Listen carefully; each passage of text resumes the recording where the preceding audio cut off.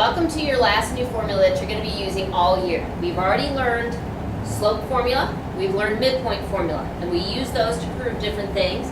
We also use distance formula. Remember in video 1 we were just talking about things being congruent, same length. Well, distance formula shows you how far it is from one point to another. So that would be the length of a segment. So this is a way to prove that segments are congruent. So let's make sure to write that down. Please make sure you get the formula down correctly, that you have minus signs here, a square, and a plus sign there. So this proves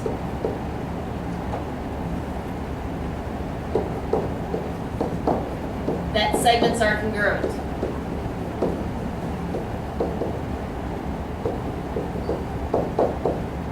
So they're congruent, which would again mean the same length.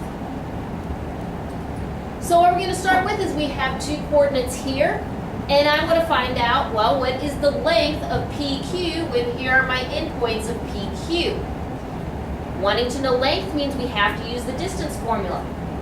So just like in the other formulas, I start by labeling these points x1, y1, x2, y2. Then we have that distance formula you just wrote down. That starts off x2 minus x1 all squared plus y2 minus y1 all squared. Again, make sure you have that written down. So my x2 value would be negative 4 minus my x1 value is over here, which is 2 squared, plus my y2 here is 8 minus my y1 is 5, and square that. Now all you have to do is follow your order of operations. So first thing in order of operations is parentheses. So I have to figure out what the answer is inside of those parentheses.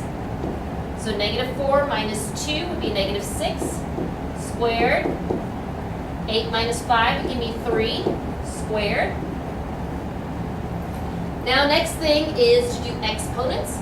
Please remember when you square a negative, it always comes out positive. So anytime you square either of these numbers, it has to come out a positive number. So negative 6 squared is 36. 3 squared is 9. Now we just add these numbers together. 36 plus 9 would give me 45. Now in algebra you may have learned how to simplify this radical down. All we want to do in geometry is just come up with the decimal. So you can leave it as square root of 45, or I'm going to put wavy lines, which means approximately. And I'm going to get out my calculator.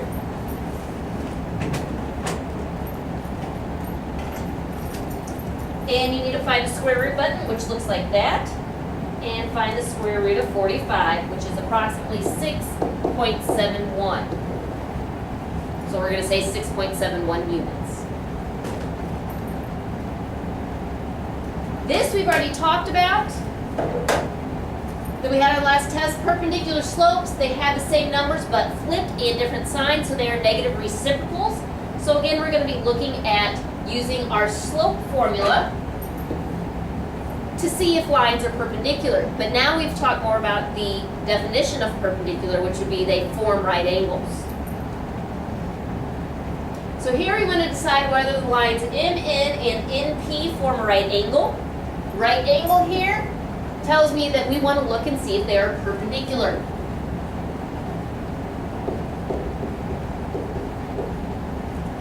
So to know if they're perpendicular, I have to use my slope formula.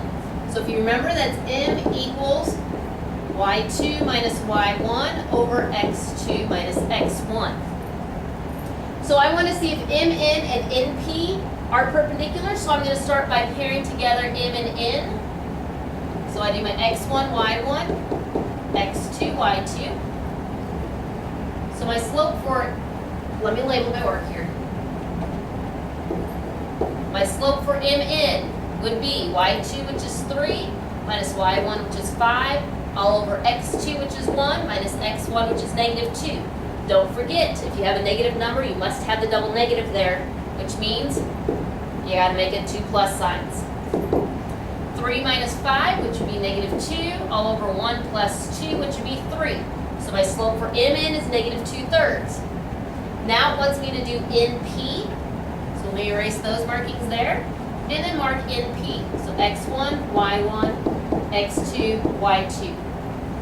So my slope for NP, y2, which would be 6, minus y1, which would be 3, all over x2, which is 3, minus x1, which is 1. 6 minus 3 would give me 3. 3 minus 1, which would be 2. So I want to compare these two answers.